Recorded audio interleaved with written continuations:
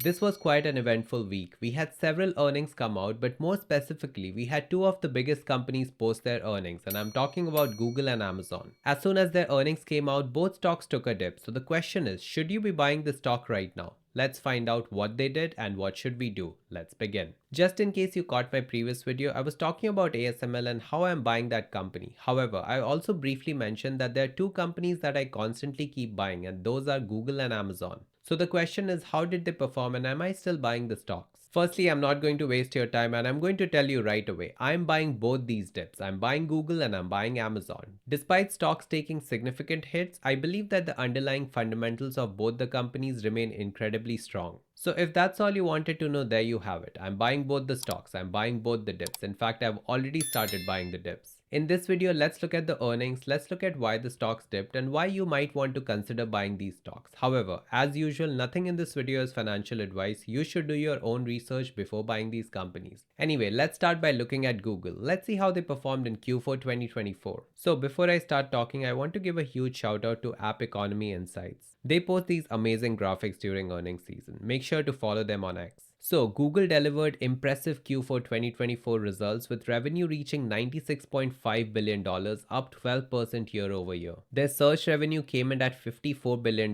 that's up 13%, and the ad revenue is up 11%, stands at $72.5 billion. Often when people think of Google, they're only thinking about their search business. However, they are doing incredibly well in all their other business lines as well. Just look at YouTube. It came in at $10.5 billion, up 14% year over year. AdSense is doing well as all their services business is doing well. One of the more anticipated things that investors wanted to see was how Google's cloud business is doing. And it's doing quite well. It's up 30% year over year, clocking it at $12 billion. If we just look at their profit, they grossed around $56 billion with a 58% margin. Their operating profit was at $31 billion, up 5% year over year. And their net profit came in at $26.5 billion, up 4% year over year. So if we look at the revenue, they actually missed by just $0.2 billion. However, they beat on EPS. So overall, the business is looking quite strong. They're doing well in every line of business they are in. In the earnings call, Sundar Pichai emphasized, we are seeing increasing momentum across the company, particularly in search, YouTube, and cloud. So as I just said, they're doing quite well across the board, but there are three things that I want to highlight. The first thing is that their search revenue keeps growing. People were quite worried about the search business after LLMs took off, but as we saw, search grew 13% to $54 billion.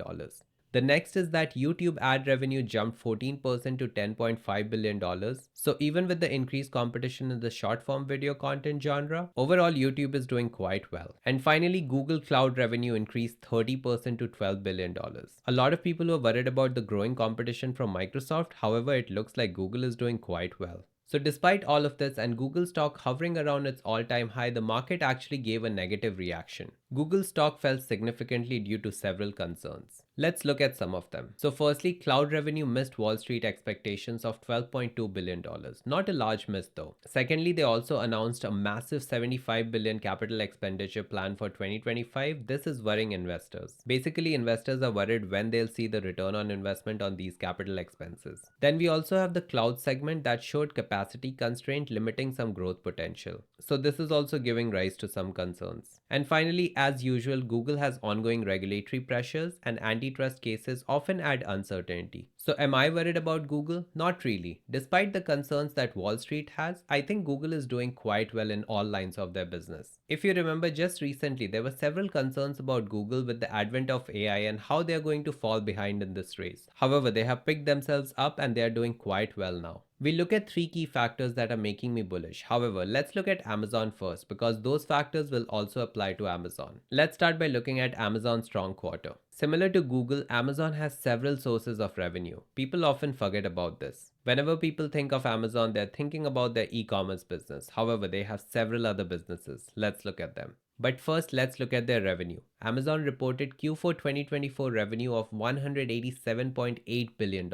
That's up 10% year over year. Their online stores business is up 7% year over year. Their physical business is also up 8%. Third-party seller services again up 9%. Two business lines that often get overlooked, advertising and subscriptions, are also doing quite well. And finally, we have the AWS business that is up 19% year over year, coming in at $28.8 billion.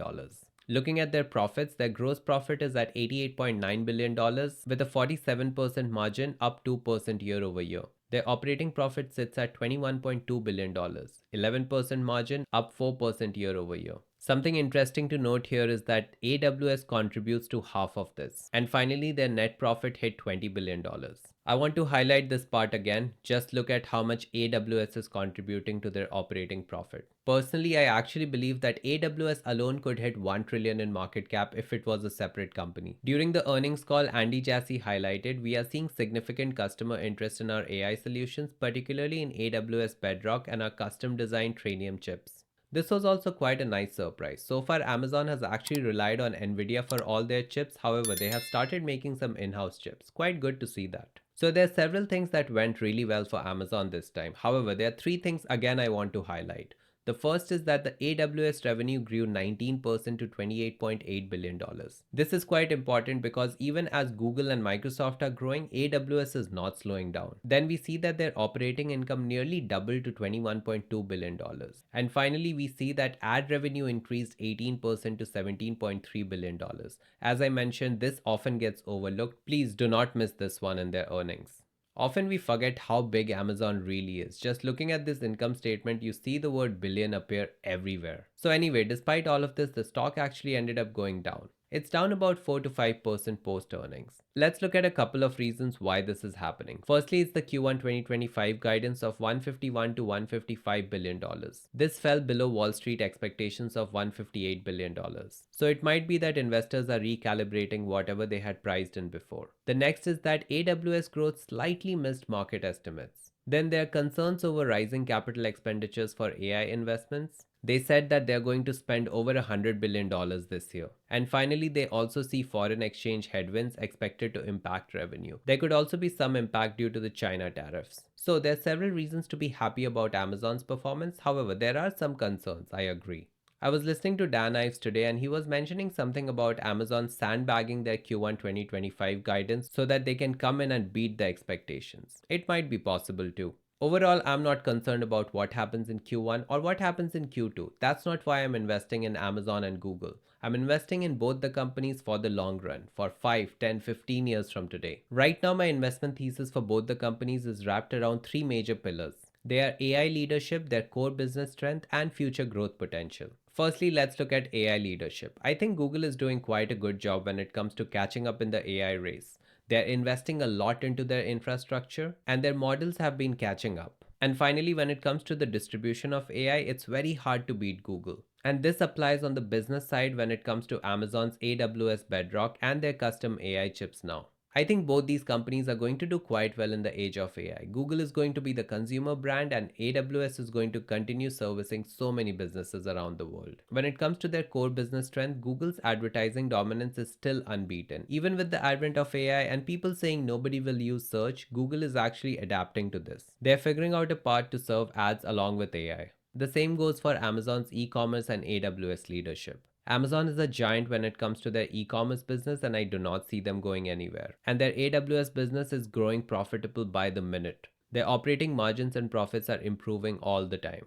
Again, I want to call out one thing. When you're evaluating Amazon, do not overlook how strong their AWS business is and how strong their operating margins are. As I said earlier in this video, I believe that AWS alone could be a $1 trillion company one day. Finally, I want to address their future growth potential. I believe both the companies are doing a good job of cloud computing expansion. Also, there's a point of AI integration across services. Again, both of them are doing it quite well. And finally, both companies have strong cash flow generation, much better than 99% of the companies out there. So that was a quick and dirty version of why I'm still investing in these companies even after they dipped post earnings. While Wall Street focuses on short-term guidance and spending concerns, both companies are making strategic investments that position them for long-term success. My macro thesis remains that we are in a long-term bull market, and during bull markets, even 5% dips are great buying opportunities for quality investments. And that's what I believe we are seeing right now. So make sure you take advantage, if not for these companies, whichever companies you see this for. I'll see you next week in a new video. Till then, keep learning and stay on top of your finances. Until next time.